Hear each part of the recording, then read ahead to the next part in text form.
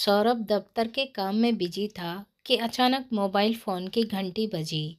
Mobile की screen पर कावेरी का नाम देखकर उसका दिल खुशी से उछल पड़ा। कावेरी सौरभ की प्रेमिका थी। उसने मोबाइल फ़ोन पर हेलो कहा तो उधर से कावेरी की आवाज़ आई, तुम्हारा प्यार पाने के लिए मेरा मन आज बहुत बेकरार है। जल्दी से घर आ जाओ, तुम्हारा पति घर पर नहीं है। क्या? सौरभ ने पूछा। नहीं। उधर से आवाज़ आई, वह आज दफ्तर नहीं आया तो मुझे लगा कि वह छुट्टी लेकर तुम्हारे साथ मौज मस्ती कर रहा है। सौरभ मुस्कुराते हुए बोला, ऐसी बात नहीं है, वह कुछ ज़रूरी काम से अपने एक रिश्तेदार के घर आसनसोल गया है। रात के 10 बजे से पहले लौटकर नहीं आएगा, इसलिए मैं तुम्हें बुला रही हूँ। तन मन की प्यास बुझाने के लिए हमारे पास अच्छा मौका है। जल्दी से यहाँ आ जाओ, मैं शाम के 4:30 बजे तक ज़रूर आ जाऊँगा। जिस तरह तुम मेरा प्यार पाने के लिए हर समय बेकरार रहती हो, उसी तरह मैं भी तुम्हारा प्यार पाने के लिए बेकरार रहता हूँ। तुम्हारे साथ मुझे जो खुशी मिलती है, वैसी खुशी अपनी पत्नी से भी नहीं मिलती है। हम बिस्तरी के समय वह एक लाश की तरह चुपचाप पड़ी रहती है, जबकि तुम प्यार के हर लम्हे में खरगोश की तरह कुलाचे मारती हो। तुम्हारी इसी अदा पर तो मैं फिदा हूँ। थोड़ी देर तक कुछ और बातें करने के बाद सौरभ ने मोबाइल फ़ोन काट दिया और अपने काम में लग गया। 4 बजे तक उसने अपना काम निपटा लिया और दफ्तर से निकल गया। सौरभ कावेरी के घर पहुंचा। उस समय शाम के 4:30 बज गए थे। कावेरी उसका इंतजार कर रही थी। जैसे ही सौरभ ने दरवाजे की घंटी बजाई, कावेरी ने झट से दरवाज़ा खोल दिया, मानो वह पहले से ही दरवाजे पर खड़ी हो। वे दोनों वासना की आग से इस तरह झुलस रहे थे कि फ्लैट का मेन दरवाज़ा बंद करना भूल गए और झट से बेडरूम में चले गए। कावेरी को बिस्तर पर लिटाकर सौरभ ने उसके होठों को चूमा तो वह भी बेकरार हो गई और सौरभ के बदन से मनमानी करने लगी। जल्दी ही उन दोनों ने अपने सारे कपड़े उतारे और धीरे धीरे हवस के मंजिल की तरफ बढ़ते चले गए। अभी वे दोनों मंजिल पर पहुंच ही नहीं पाए थे कि किसी की आवाज़ सुनाई पड़ी। यह सब क्या हो रहा है? वे दोनों घबरा गए और झट से एक दूसरे से अलग हो गए। सौरभ ने दरवाजे की तरफ देखा तो बौखला गया। दरवाजे पर कावेरी का पति जयदेव खड़ा था। उसकी आंखों से अंगारे बरस रहे थे। उन दोनों को इस बात का एहसास हुआ कि उन्होंने मेन दरवाज़ा बंद नहीं किया था। कावेरी ने झट से पलंग के किनारे रखे अपने कपड़े उठा लिए। सौरभ ने भी अपने कपड़े उठाए, मगर जयदेव ने उन्हें पहनने नहीं दिया। जयदेव उनको गंदी गंदी गालियाँ देते हुए बोला, मैं चुप रहने वालों में से नहीं हूँ। अभी मैं आस पड़ोस के लोगों को बुलाता हूँ। कावेरी ने जयदेव के पैर पकड़ लिए। उसने गिड़गिड़ाते हुए कहा, प्लीज़ मुझे माफ़ कर दीजिए, अब ऐसी गलती कभी नहीं करूँगी। मैं तुम्हें हरगिज माफ़ नहीं करूँगा। तुम तो कहती थी कि मैं कभी किसी पराये मर्द को अपना बदन छूने नहीं दूंगी। फिर अभी सौरभ के साथ क्या कर रही थी? कावेरी कुछ कहती उससे पहले जयदेव ने सौरभ से कहा, तुम तो अपने आप को मेरा अच्छा दोस्त बताते थे। यही है तुम्हारी दोस्ती? दोस्त की पत्नी के साथ रंगरलियां मनाते हो और दोस्ती का दम भरते हो। मैं तुम्हें भी कभी माफ़ नहीं करूँगा। फ़ोन करके मैं तुम्हारी पत्नी को बुलाता हूँ, उसे भी तो पता चले कि उसका पति कितना घटिया है। दूसरे की पत्नी के साथ हम बिस्तरी करता है। प्लीज़ मुझे माफ़ कर दो। मेरी पत्नी को कावेरी के बारे में पता चल जाएगा तो वह मुझे छोड़कर चली जाएगी। मैं कसम खाता हूँ कि अब कभी कावेरी से संबंध नहीं बनाऊंगा। सौरभ ने गिड़गिड़ाते हुए कहा। सौरभ के गिड़गिड़ाने का जयदेव पर कोई असर नहीं हुआ। उसने सौरभ से कहा, मैं तुम दोनों को कभी माफ़ नहीं कर सकता। तुम दोनों की करतूत जग जाहिर करने के बाद आज ही कावेरी को घर से निकाल दूंगा। उसके बाद तुम्हारी जो मर्जी हो वह करना। कावेरी से संबंध रखना या ना रखना, उससे मुझे कोई लेना देना नहीं। जयदेव चुप हो गया तो कावेरी फिर गिड़गिड़ाकर उससे माफ़ी मांगने लगी। सौरभ ने भी ऐसा ही किया। जयदेव के पैर पकड़कर उससे माफ़ी मांगते हुए कहा कि अगर वह मुझे माफ़ नहीं करेगा तो उसके पास खुदकुशी करने के अलावा और कोई रास्ता नहीं रह जाएगा, क्योंकि वह अब अपनी पत्नी की नज़रों में गिरकर नहीं जी पाएगा। आखिरकार जयदेव पिघल गया। उसने सौरभ से कहा, मैं तुम्हें माफ़ तो नहीं कर सकता, मगर जबान बंद रखने के लिए तुम्हें 3 लाख रुपए देने होंगे। 3 लाख रुपए। यह सुनकर सौरभ की घिघी बंद गई। उसका सिर भी घूमने लगा। बात यह थी कि सौरभ की माली हालत ऐसी नहीं थी कि वह जयदेव को 3 लाख रुपए दे सके। उसे जितनी तनख्वाह मिलती थी उससे परिवार का गुजारा तो चल जाता था, मगर बचत नहीं हो पाती थी। सौरभ ने अपनी माली हालत के बारे में जयदेव को बताया, मगर वह नहीं माना। उसने कहा, तुम्हारी माली हालत से मुझे कुछ लेना देना नहीं है। अगर तुम मेरा मुंह बंद रखना चाहते हो तो रुपए देने ही होंगे। सौरभ को समझ नहीं आ रहा था कि वह इस मुसीबत से कैसे निपटे। सौरभ को चिंता में पड़ा देख कावेरी उसके पास आकर बोली, तुम इतना सोच क्यों रहे हो? रुपए बचाने की सोचोगे तो हमारी इज्जत चली जाएगी, लोग हमारी असलियत जान जाएंगे। तुम खुद सोचो कि अगर तुम्हारी पत्नी को सब कुछ मालूम हो जाएगा तो क्या वह तुम्हें माफ़ कर पाएगी? वह तुम्हें छोड़कर चली जाएगी तो तुम्हारी ज़िंदगी क्या बर्बाद नहीं हो जाएगी? मेरी तो कोई औलाद नहीं है, तुम्हारी तो औलाद है, वह भी बेटी। अभी उसकी उम्र भले ही 6 साल है, मगर बड़ी होने के बाद जब उसे तुम्हारी सच्चाई का पता चलेगा तो सोचो कि उसके दिल पर क्या गुजरेगी। तुमसे वह इतनी ज़्यादा नफरत करने लगेगी कि ज़िंदगी भर तुम्हारा मुंह नहीं देखेगी। सौरभ पर कावेरी के समझाने का तुरंत असर हुआ। वह जयदेव को 3 लाख रुपए देने के लिए राजी हो गया, मगर इसके लिए उसने जयदेव से 1 महीने का समय मांगा। कुछ सोचते हुए जयदेव ने कहा, मैं तुम्हें 1 महीने की मोहलत दे सकता हूँ, मगर इसके लिए तुम्हें कोई गारंटी देनी होगी। कैसी गारंटी? सौरभ ने जयदेव से पूछा। मैं कावेरी के साथ तुम्हारा फ़ोटो खींचकर अपने मोबाइल फ़ोन में रखूँगा। बाद में अगर तुम अपनी ज़बान से मुकर जाओगे तो फ़ोटो सबको दिखा दूँगा। मजबूर होकर सौरभ ने जयदेव की बात मान ली। जयदेव ने कावेरी के साथ सौरभ का बिना कपड़ों वाला फ़ोटो खींचकर अपने मोबाइल में सेव कर लिया। शाम के 7 बजे जब सौरभ कावेरी के फ्लैट से बाहर आया तो बहुत परेशान था। वह लगातार यही सोच रहा था कि 3 लाख रुपए कहाँ से लाएगा।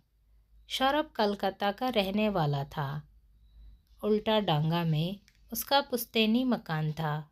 उसकी शादी अनीता से तकरीबन 8 साल पहले हुई थी। सौरभ की पत्नी अनीता भी कोलकाता की थी। अनीता जब बीए के दूसरे साल में थी तभी उसके माता पिता ने उसकी शादी सौरभ से कर दी थी। सौरभ ने उसकी पढ़ाई छुड़ाकर उसे घर के कामों में लगा दिया। अनीता भी आगे नहीं पढ़ना चाहती थी, इसलिए तन मन से घर संभालने में जुट गई थी। शादी के समय सौरभ के माता पिता जिंदा थे, मगर 2 साल के भीतर उन दोनों की मौत हो गई। तब से अनीता ने घर की पूरी जिम्मेदारी संभाल ली थी। मगर शादी के 5 साल बाद अचानक सौरभ ने अपना मन अनीता से हटा लिया था और वह मनचाही लड़की की तलाश में लग गया था। बात यह थी कि एक दिन सौरभ ने अपने दोस्त के घर ब्लू फिल्म देखी थी। उसके बाद उसका मन बहक गया था। ब्लू फिल्म की तरह उसने भी मज़ा लेने की सोची थी। उसी दिन दोस्त से ब्लू फिल्म की सीडी लेकर सौरभ घर आया। बेटी जब सो गई तो टेलीविज़न पर उसने अनीता को फिल्म दिखाना शुरू किया। कुछ देर बाद अनीता समझ गई कि यह कितनी गंदी फिल्म है। फिल्म बंद करके वह सौरभ से बोली, आपको ऐसी गंदी फिल्म देखने की लत किसने लगाई? मैंने यह फिल्म आज पहली बार देखी है। मुझे अच्छी लगी इसलिए तुम्हें दिखाई है कि फिल्म में लड़की ने अपने मर्द साथी के साथ जिस तरह की हरकतें की है उसी तरह की हरकतें तुम मेरे साथ करो। मुझसे ऐसा नहीं होगा। मैं ऐसा करने से पहले ही शर्म से मर जाऊंगी। तुम इस बार एक बार करके तो देखो, शर्म अपने आप भाग जाएगी। मुझे शर्म को भगाना नहीं, अपने साथ रखना है। आप जानते नहीं कि शर्म के बिना औरतें कितनी अधूरी रहती है। मेरा मानना है कि हर औरत को शर्म के दायरे में रहकर ही हम बिस्तरी करनी चाहिए। आप अपने दिमाग से गंदी बातें निकाल दीजिए। हम बिस्तरी में अब तक जैसा चलता रहा है वैसा ही चलने दीजिए। सच्चा मज़ा उसी में है। अगर मुझ पर दबाव बनाएंगे तो मैं मायके चली जाऊंगी। उस समय तो सौरभ की बोलती बंद हो गई, मगर उसने अपनी चाहत को दफनाया नहीं। उसने मन ही मन ठान लिया कि पत्नी ना सही, कोई और सही, मगर वह मन की इच्छा जरूर पूरी करके रहेगा। उसके बाद सौरभ मनचाही लड़की की तलाश में लग गया। इसके लिए एक दिन उसने अपने दोस्त रमेश से बात भी की। रमेश उसी कंपनी में था जिसमें वह काम करता था। रमेश ने सौरभ को बुला दिया। तुम्हारी इच्छा शायद ही कोई घरेलू औरत पूरी कर सके, इसलिए तुम्हें किसी कॉल गर्ल से संबंध बनाना चाहिए।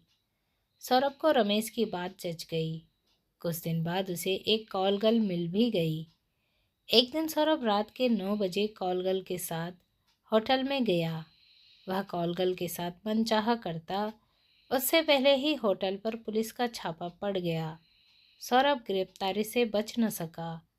सौरभ ने पत्नी को बताया था कि एक दोस्त के घर पार्टी है, पार्टी रात भर चलेगी, इसलिए वह अगले दिन सुबह ही घर आ पाएगा या वहीं से दफ्तर चला जाएगा। इसी वजह से पत्नी की तरफ से वह बेखौफ था। गिरफ्तारी के बाद सौरभ ने फ़ोन पर रमेश से कही तो अगले दिन उसने जमानत पर उसे छुड़ा दिया। सौरभ को लगा था कि उसकी गिरफ्तारी की बात कोई जान नहीं पाएगा, मगर ऐसा नहीं हुआ। न जाने कैसे धीरे धीरे दफ्तर के सारे लोगों को इस बात का पता चल गया। शर्मिंदगी से सौरभ कुछ दिनों तक अपने दोस्तों से नज़रें नहीं मिला पाया, लेकिन 2-3 महीने बाद वह सामान्य हो गया। इसमें उसके एक दोस्त जयदेव ने मदद की थी। जयदेव 6 महीने पहले ही पटना से तबादला होकर यहाँ आया था। कॉलगल मामले में सौरभ दफ्तर में बदनाम हो गया था, तो जयदेव ने ही उसे टूटने से बचाया था। एक दिन जयदेव उसे अकेले में ले गया और तरह तरह से समझाया, तो उसने अपने दोस्तों से मुकाबला करने की हिम्मत जुटा ली। अब दफ्तर में सारे दोस्त सौरभ से पहले की तरह अच्छा बर्ताव करने लगे, तो सौरभ ने जयदेव की खूब तारीफ की और उससे दोस्ती कर ली। दोस्ती के 6 महीने बीत गए तो एक दिन जयदेव सौरभ को अपने घर ले गया। जयदेव की पत्नी कावेरी को सौरभ ने देखा तो उसकी खूबसूरती पर लट्टू हो गया।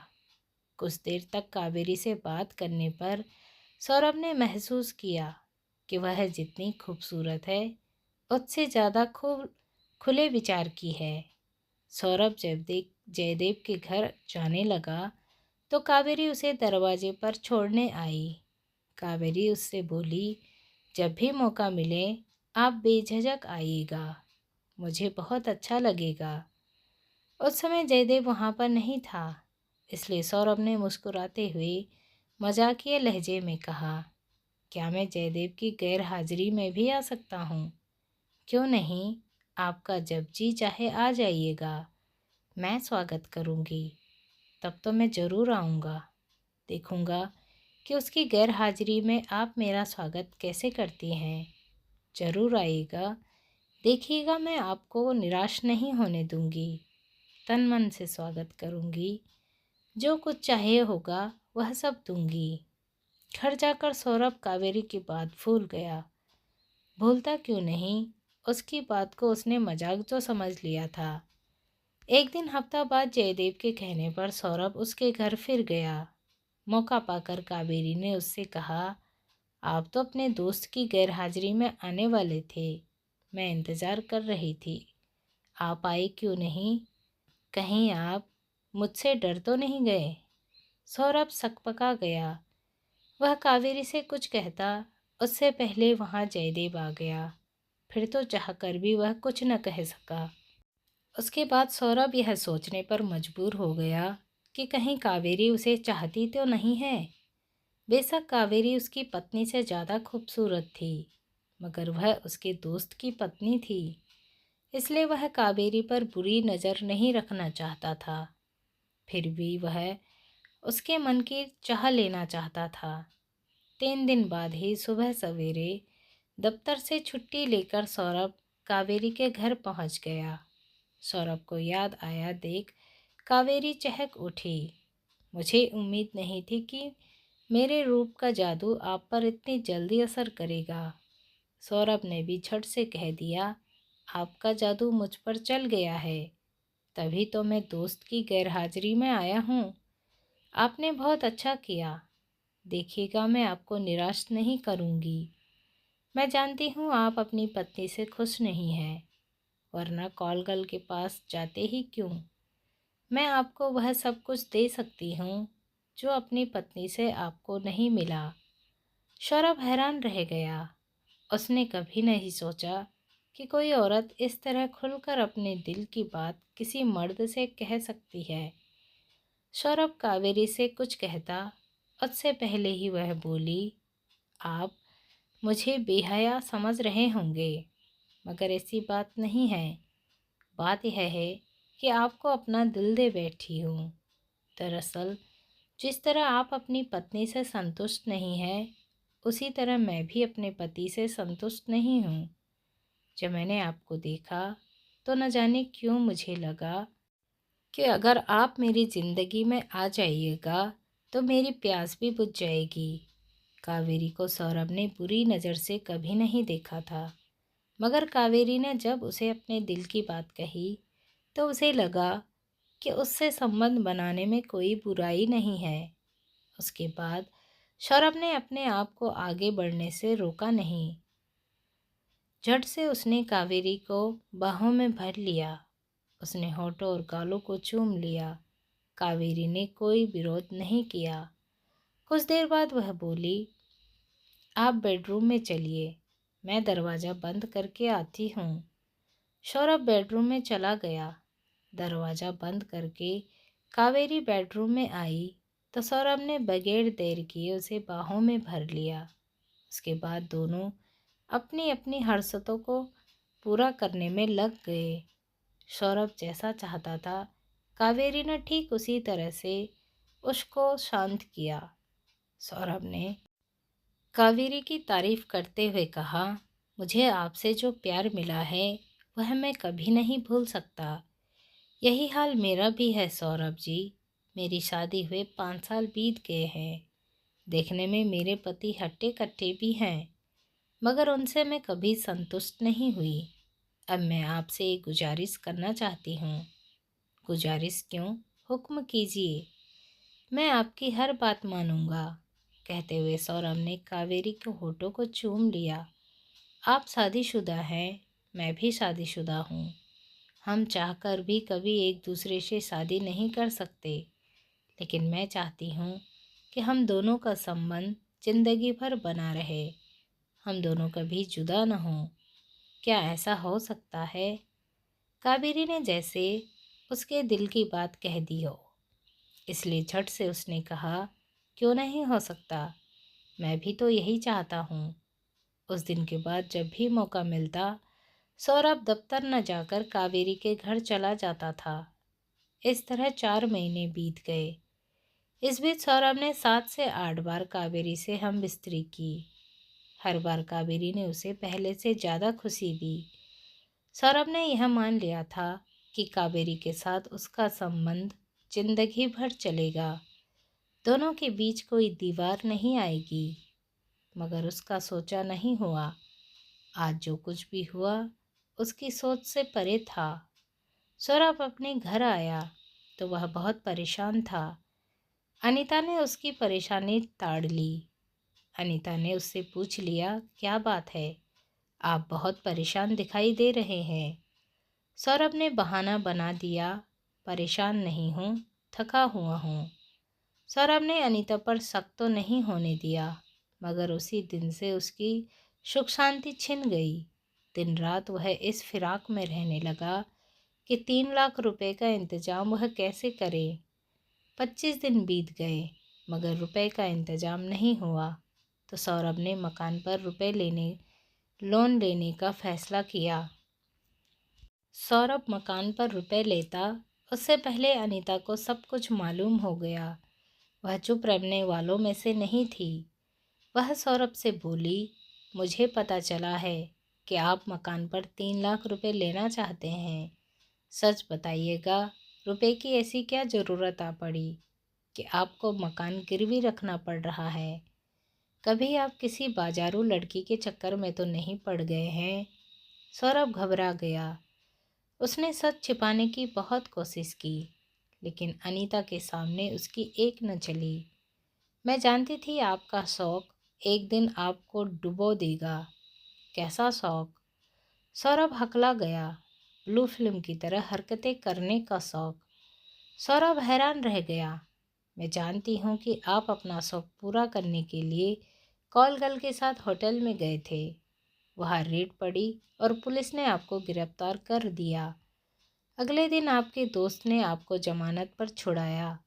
मैंने आपसे इसलिए कुछ नहीं कहा कि शर्मिंदगी से आप मुझसे नज़रें नहीं मिला पाएंगे। अब सौरभ ने भी अपनी गलती मानने में देर नहीं की। कावेरी के साथ अपने नाजायज संबंध के बारे में सब कुछ बताने के बाद अनीता से उसने माफ़ी मांगी। उससे कहा कि वह ऐसी गलती नहीं करेगा। मैं तो आपको माफ़ करूँगी ही, क्योंकि मैं अपना घर तोड़ना नहीं चाहती। मगर सवाल यह है कि कावेरी के चक्रव्यूह से आप कैसे निकलेंगे। कैसा चक्रव्यूह? आप अभी तक यही समझ रहे हैं कि कावेरी के साथ हम बिस्तरी करते समय उसके पति ने आपको अचानक देख लिया और आपके साथ सौदा कर लिया। मैं तो यही समझ रहा हूँ, सौरभ बोला। लेकिन सच यह नहीं है। मेरी सोच यह है कि कावेरी और उसके पति ने मिलकर आपको फंसाया है। अगर ऐसा नहीं होता तो उसका पति आपके साथ सौदा क्यों करता? पत्नी की बेवफाई देखकर उसे अपने घर से निकाल देता या माफ़ कर देता। आपके साथ सौदा किसी भी हाल में नहीं करता। कुछ सोचते हुए अनीता ने कहा, जो होना था वह हो गया। अब आप चिंता मत कीजिएगा। कावेरी के चक्रव्यूह से मैं आपको निकालूंगी। आप तो जानते ही हैं, मेरा मौसेरा भाई जयंत पुलिस इंस्पेक्टर है। जब उसे सारी बात बताऊंगी तो वह हकीकत का पता लगा लेगा और सब कुछ ठीक भी कर देगा। उसी दिन अनीता सौरभ के साथ जयंत से मिली। सारी बात जानने के बाद जयंत अगले दिन से छानबीन में जुट गया। 4 दिन बाद जयंत ने अनीता को फ़ोन पर कहा, छानबीन करने के बाद मैंने जयदेव और कावेरी को गिरफ्तार कर लिया है। दोनों ने अपना अपना गुनाह कबूल कर लिया है। अब जीजा जी को किसी से डरने की ज़रूरत नहीं है। दरअसल जयदेव और कावेरी का यही धंधा है। कोलकाता से पहले दोनों पटना में थे। वहाँ कई लोगों को अपना शिकार बनाने के बाद जयदेव ने अपना ट्रांसफ़र कोलकाता करा लिया। जब जीजाजी को कॉलगल के साथ पुलिस ने गिरफ्तार कर लिया था तो उनके दफ्तर के ही किसी ने थाने में उन्हें देख लिया और दफ्तर में सबको बता दिया। दफ्तर बदनाम हो गया तो जयदेव ने उन्हें अपना अगला शिकार बनाने का फैसला कर लिया। अपनी योजना के तहत जयदेव ने पहले जीजाजी से दोस्ती की। उसके बाद उन्हें अपनी पत्नी कावेरी से मिलाया। उसके बाद कावेरी ने अपना खेल शुरू किया। उसने जीजाजी पर अपने रूप का जादू चलाया और उनके साथ वही सब किया जो अब तक औरों के साथ करती आई थी। जयदेव और कावेरी की सच्चाई जानने के बाद सौरभ ने राहत की सांस ली। अनीता को अपनी बाहों में भरकर उसकी खूब तारीफ की। अनीता ने भी सौरभ को निराश नहीं किया। रात में बिस्तर पर उसने शर्म छोड़कर उसके साथ वैसा ही किया जैसा कि वह चाह रहा था। कावेरी की चुंगल में फंस गया था। भरपूर मजे के बाद सौरभ ने अनीता से कहा, तुम तो सब कुछ कर सकती हो, फिर उस दिन जब मैंने ऐसा करने के लिए कहा था तो मना क्यों किया था? सिर्फ मैं ही नहीं, हर पत्नी अपने पति के साथ ऐसा कर सकती है, मगर सभी ऐसा करती नहीं है, कुछ ही करती है। जिस तरह मेरा मानना है कि औरतों को शर्म के दायरे में रहकर हम बिस्तरी करनी चाहिए, उसी तरह बहुत सी पत्नियां ऐसा मानती है। इसी वजह से बहुत सी पत्नियां फिल्म की तरह हरकतें नहीं करती। मैंने आज शर्म की दीवार तोड़कर आपका अपमान मनचाहा तो कर डाला, मगर बराबर नहीं कर सकती, क्योंकि मुझे बेहद शर्म आती है। अनीता के चुप होते ही सौरभ ने कहा, अब इसकी ज़रूरत भी नहीं है। मैं समझ गया कि गलत चाहत में लोग बर्बाद हो जाते हैं। मैं अपनी गलत चाहत को आदत नहीं बनाना चाहता, इसलिए हम बिस्तरी के समय वैसा ही सब कुछ चलेगा जैसा अब तक चलता रहा है। अनीता खुशी से सौरभ से लिपट गई। सौरभ ने भी उसे अपनी बाहों में कस लिया। दोस्तों, गलत राह पर चलने का अंजाम भी गलत ही होता है, इसलिए ऐसा काम न करें जिसमें आपकी बदनामी भी हो और सजा भी मिले। अपने पार्टनर को प्यार व सम्मान दें। मिलते हैं अगली कहानी में, तब तक के लिए धन्यवाद। Thanks for watching.